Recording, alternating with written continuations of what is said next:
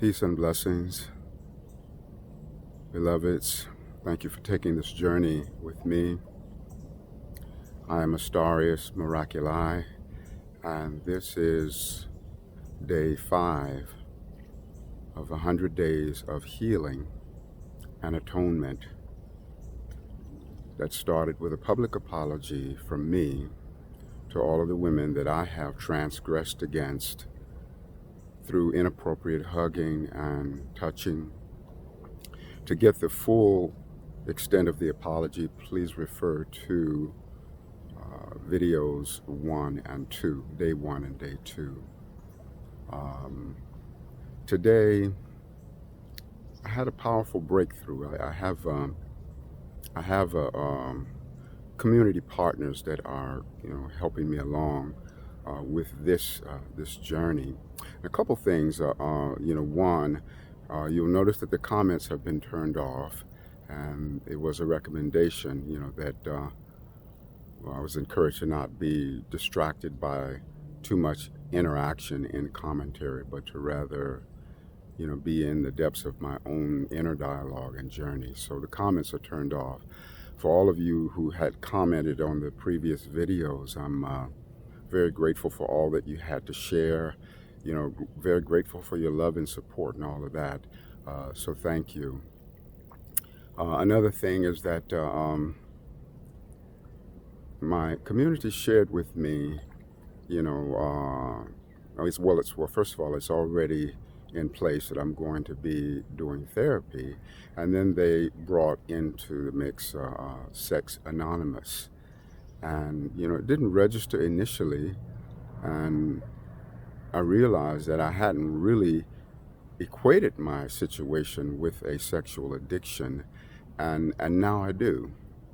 I recognize that. I think because, it was something that was playing out in the domain of sexual hugging, I didn't equate it with a sexual addiction. Like maybe only if it was in the realm of intercourse could it be called sexual addiction. But I now get that just the obsessive need of my body to feel, that energy, that in and of itself is definitely an addiction. And I feel an empowerment in being able to speak that out loud, because it's not something that I've ever spoken before, but I also haven't even had a full clarity, around that. So I feel grateful to, be able to call it by that name, sexual addiction, and to also be seeking out Sex Anonymous, to go as deep as I can and to understand and heal as much as I can. And for all of you women that have been hurt, by me, 1,000 apologies, to you for that. And I know that, there's a lot of healing that has to happen for you. And I just want you to know that my heart, is there, and humbling myself to say, I am so sorry for all of that.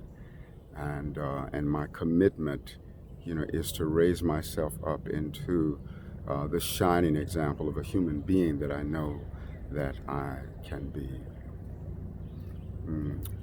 Today I've been thinking a lot about relationships. I've been thinking about, what is it that I've been really reaching for in my engaging and interchanging with women on all of the different levels. I think that everything is playing out as some kind of a relationship, whether it's, balanced and benevolent, or if it's twisted.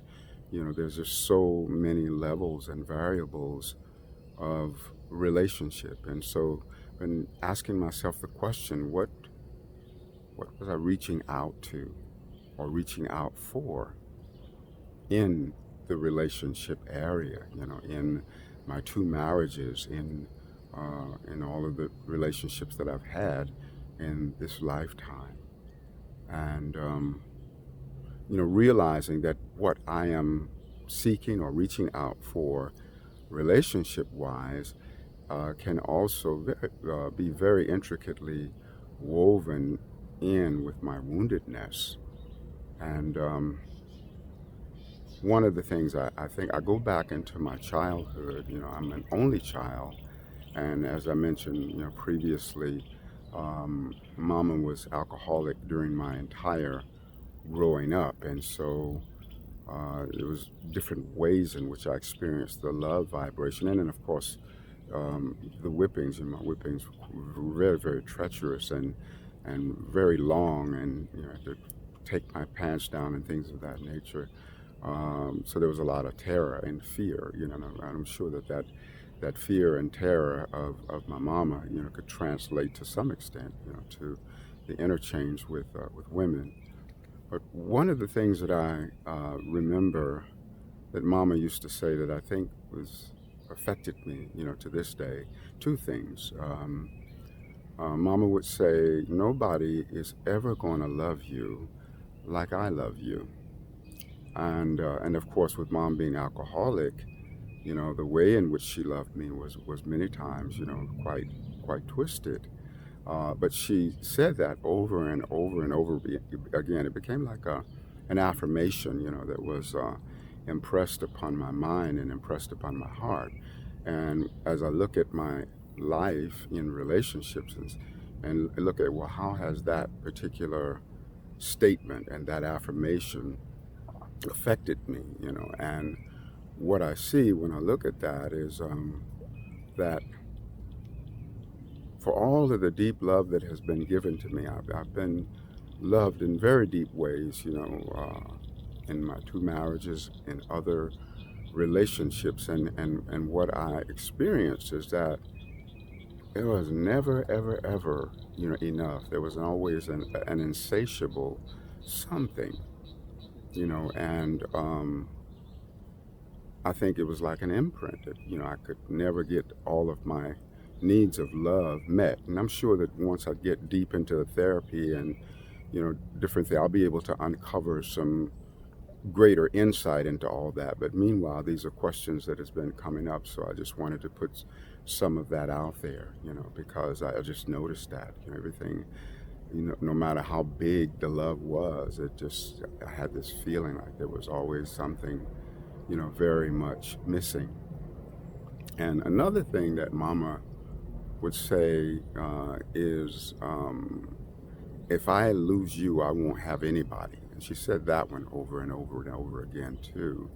And for the greater majority of my life, I've been like a rescuer, even in both marriages, I, felt like I wanted to get out way sooner than I actually did. But I also felt like, oh, they're going to be up the creek without a paddle, if I'm not there for them.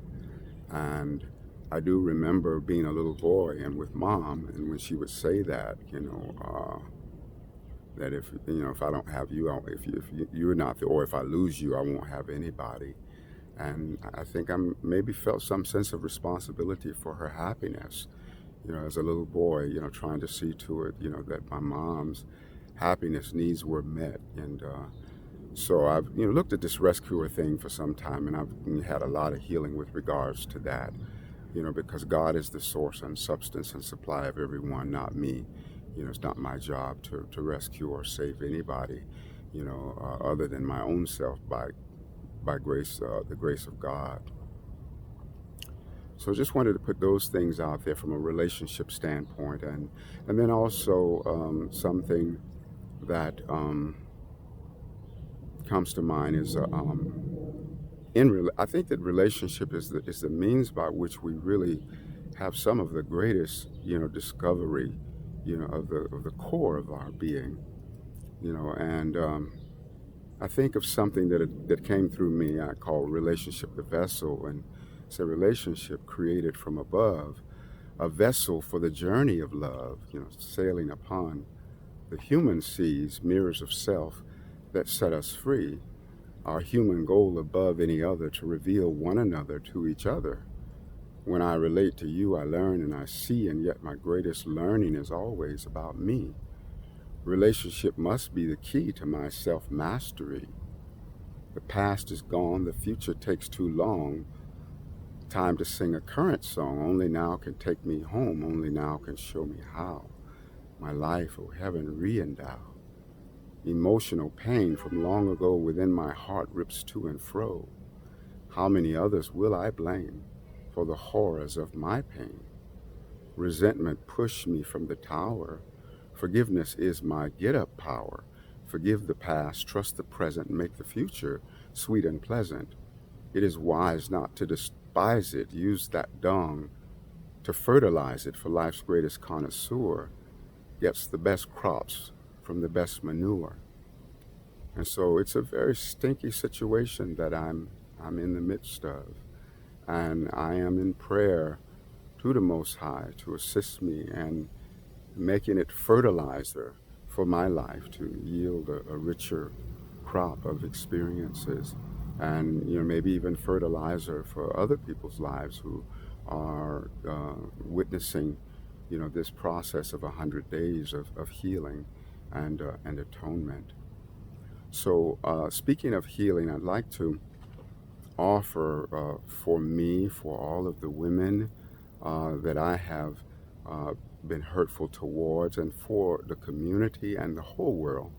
I've been blessed to be able to use the frequency of sound in a very profound healing ways, and I'd just like to offer a few tones. I'm going to do so off camera because it's not about a performance. I just want to offer these sound frequencies in honor of all dimensional healing.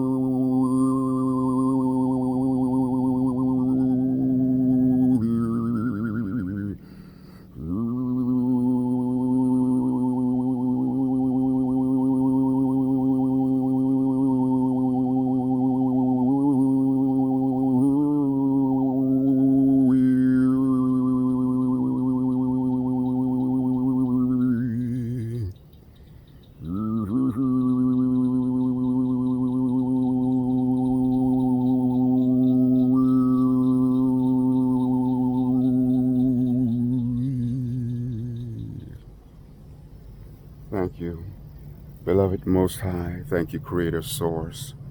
Thank you for helping me through this process of healing. Thank you for your prayers, all beloveds, and thank you for any of the ways in which you are personally able to transform and grow from this. And so the last thing that I want to share is what I feel is my highest aspiration with regards to my interaction with woman. What it is that my heart, in the most exalted way, is really reaching for with the goddess.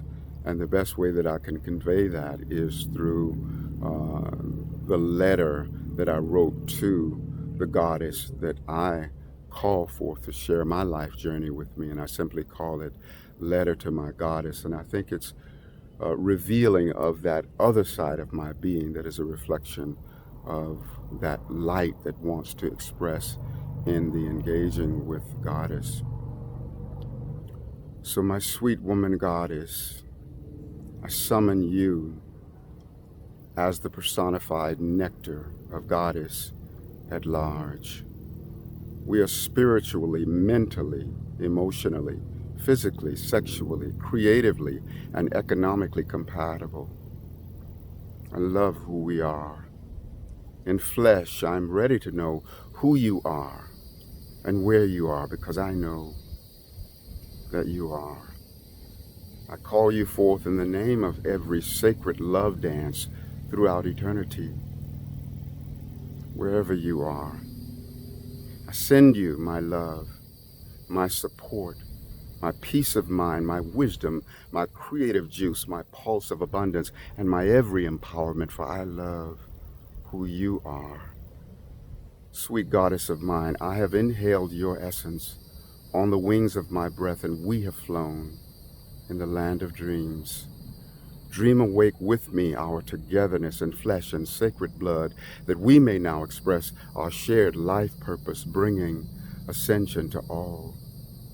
Let us be the universe finding itself through our joining, loving itself through our joining.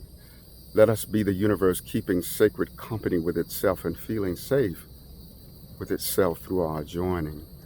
Let us be the universe honoring, empowering, enriching, and perfectly accepting itself through our joining.